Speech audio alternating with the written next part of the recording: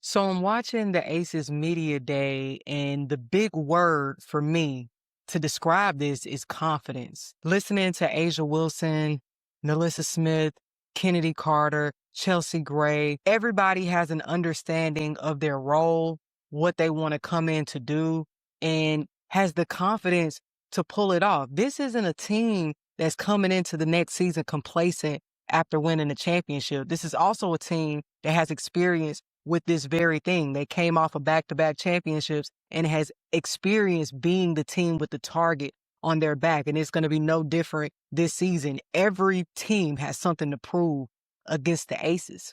When Asia Wilson spoke, she talked about stepping away from the game. She took time out to focus on her legacy when it comes to shoes, the A1 and the A2. She's done an international tour with both of those sneakers. And it's so important for us to step away from what it is we do sometimes. Stepping outside that box keeps us from having burnout.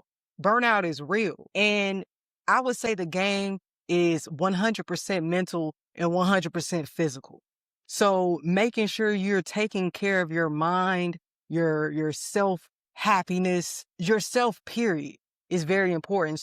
I'm happy to hear how she's embracing the brand that she is. And she's a 90s baby. She's 30 this year. And women know when you hit 30, things are just different. You feel like a brand new person. At least that's the story for me. Turning 30 was a turning point in my life. So I can only imagine what someone of Asia Wilson's magnitude is experiencing while having this life change and just growing up. And it's dope to know that she's excited about coming into this season with Kennedy Carter. She talked about how she's going to be able and how they are as a team going to be able to grow from having Kennedy Carter in the locker room, and Kennedy is going to be able to grow. And it's beautiful to see her get this chance with the Aces. It reminded me of the story of Betty Lennox, who was super talented coming into the league. In fact, she was drafted to the Minnesota Lynx in the Minnesota Lynx' second season of existence. So she's one of the foundational pieces to the Minnesota Lynx. She won Rookie of the Year in 2000, and Brian Agler was the head coach at the time. And she had an injury in her second year. It was her hip, and it took a lot for her to rehab back from that. When she came back, she wasn't quite the same, and they wanted to shift her position from being the explosive shooting guard that she was and move her into the point guard facilitation position. And she didn't like it. And there was an altercation on the bench. She walked out. She ended up being suspended. And that labeled her, that branded her as an uncoachable player. It branded her as a player that's hard to deal with. She ended up being traded from the Lynx to the Miami Soul. While she was at the Miami Soul, the franchise folded. She was then moved on to Cleveland, and Cleveland folded. That's a series of unfortunate events. And she went through that. And then she found a home with the Seattle Storm. She actually got to work with some of the coaches that she had worked with in Miami. And they knew that she was misunderstood. They actually wanted the type of player that she was. They wanted that fire because at the time, Seattle was being looked at as more of a nice team that's talented, but they wanted to add some aggression to that.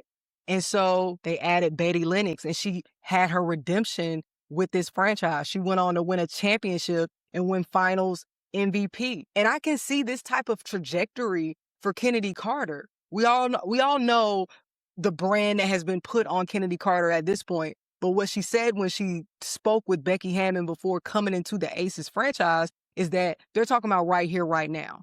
And Kennedy has, at this point, had 2 seasons away from the WNBA. She spent a lot of time in China, isolated. She's had the opportunity in the space to grow. And I'm looking forward to that growth because I believe that we all deserve redemption. And it's just every season I find something within this Aces franchise that reminds me of a life lesson. Nalissa Smith is also a player that is growing so much before our eyes. We've watched her in Indiana, a completely different system than Dallas. Dallas is a completely different system than the Aces. And this feels like it sticks. This feels like where she needs to be for a minute. And I'm glad that they retained her for this season because she's not only impacting, her stats, she's impacting Asia Wilson. Nalissa Smith talked about how she's comfortable now playing in that 5 spot and letting Asia rock at 4. So the positional change is different because in Indiana, she had Aaliyah Boston who was playing the 5, so she had to be the 4. So a change in position was actually good for Nalissa Smith because right now she's dominating. And she's talking about being in the best shape of her life right now. So when the physicality and being in shape matches the talent, it levels you up because sometimes we have the mind and the skill to do it. Now we need a little more edge. We need a little more speed. We need a little more power underneath us to really execute it. And within this Aces system, she's really been able to shine, and her skill set is proven to be exactly what the Aces need. Chelsea Gray is one of the most accomplished players in the league, but definitely one of the most accomplished on the Aces team. And when you have a player who's accomplished so much, the question then becomes, what's their motivation? Are they going to get complacent? Chelsea Gray's talking about Rebecca Brunson has 5 championships. There's always more to strive for.